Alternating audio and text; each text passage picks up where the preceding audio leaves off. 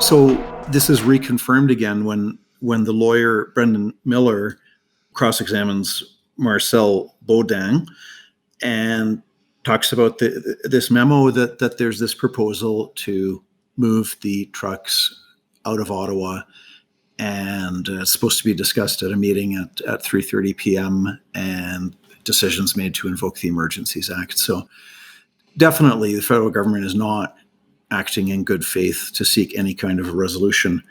Because the plan was that the government of Canada, the political side of it, so presumably the prime minister or maybe a cabinet minister, if our poor little Justin still had COVID or something, but there was going to be a politician was going to meet with truckers, provided that truckers denounce anything unlawful, which, by the way, they had been doing that like every day for 3 weeks. They had said and practiced what they preached. There's no violence, there's no theft, there's no property destruction, there's no looting, there's no criminal activity. We're all about peace and love, and they preached that and they practiced it. But okay, nevertheless, the idea was some of the leaders of the truckers would meet with politicians. The truckers were to denounce anything unlawful and then get out of downtown.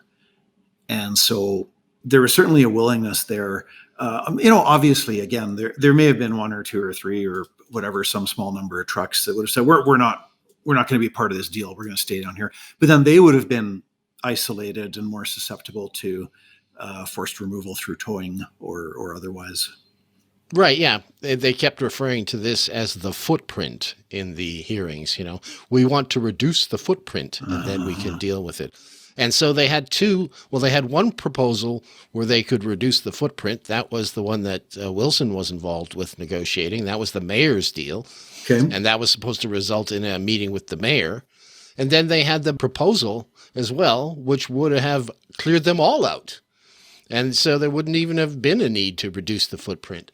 But instead, because of what the federal government does, the whole thing turns into a policing solution, which, ends up with the February 18th violent solution.